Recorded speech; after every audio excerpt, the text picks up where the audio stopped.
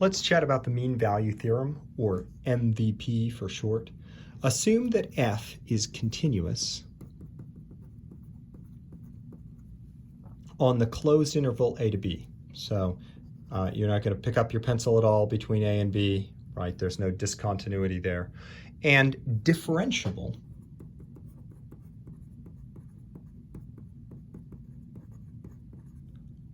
on the open interval a to b. That means not at the endpoints, but everywhere in between. The derivative exists, the tangent line, so on. Then there exists at least one value c between a and b, somewhere in between, such that f prime of c, that means the instantaneous rate of change at that point, is equal to, and here's the kicker, the average rate of change. Well, how do you take the average rate of change over an interval? You calculate the rise, that's f of b minus f of a, right? How much you go up, over the run, how much you go over, b minus a.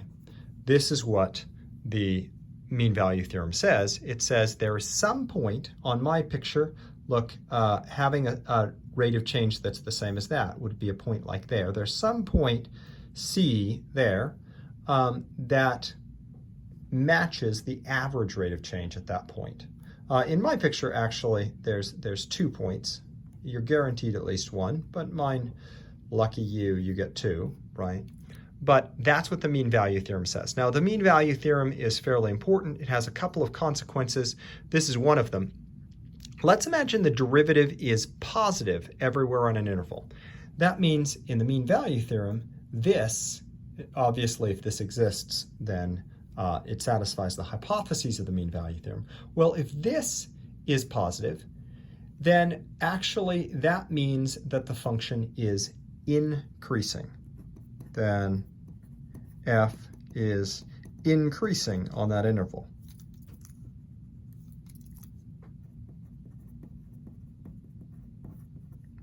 Well, why?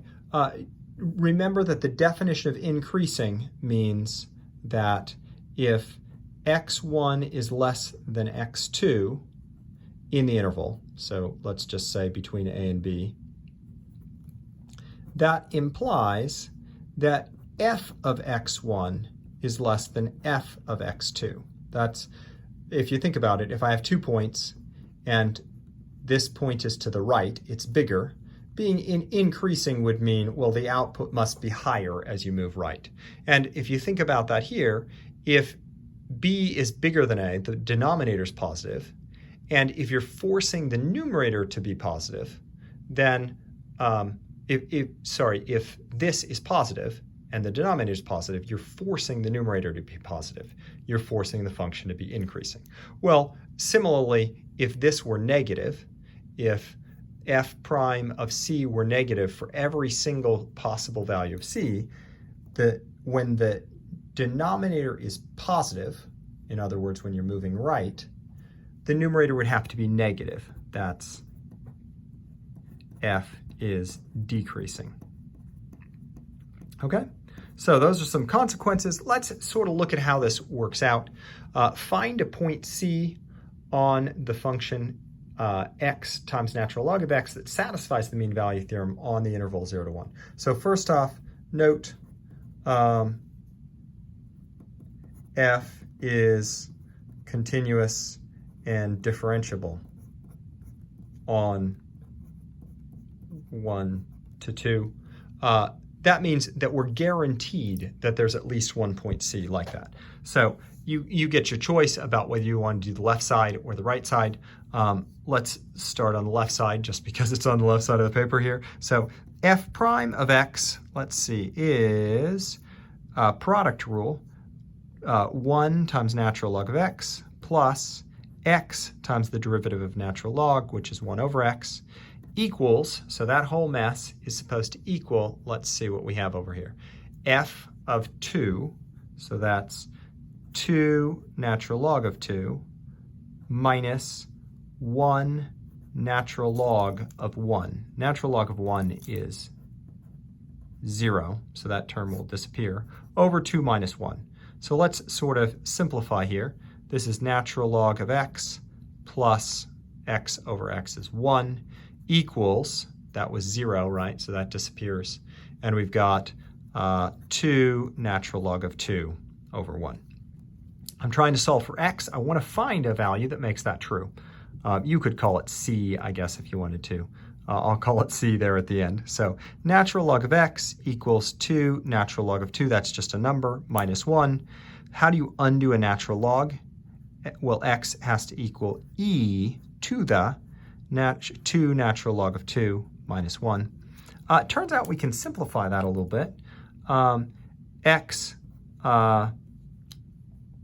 equals, let's see, that 2 can move up to the exponent spot, right? So we used an e to get that over there. Now we have the properties of natural log, so e to the natural log of 2 squared. Now what happens if you have subtraction in the exponent? That's the same as division in outside, right? Now what does e and natural log do? They actually undo each other, right? So e natural log undoes each other. It turns out you have 2 squared, which is 4 over e. So set c equal to 4 over e. And in fact, you'll have the same slope as the average slope, which is here. Sound good? Okay, so let's look at another problem. This is sort of the opposite issue.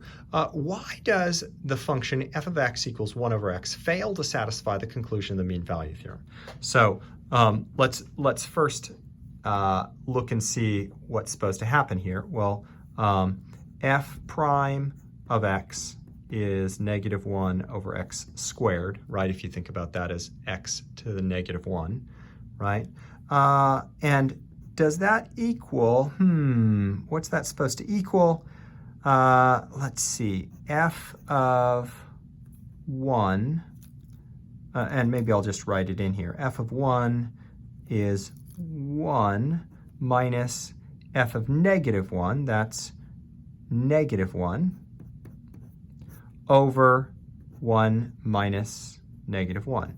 So let's see, 2 over 2, that's 1. So why is it that negative 1 over x squared can't equal 1? Well, quite simply because x squared can't be negative 1 for a real number. So that's impossible, right? Impossible because, why? Because this function is not continuous at x equals 0.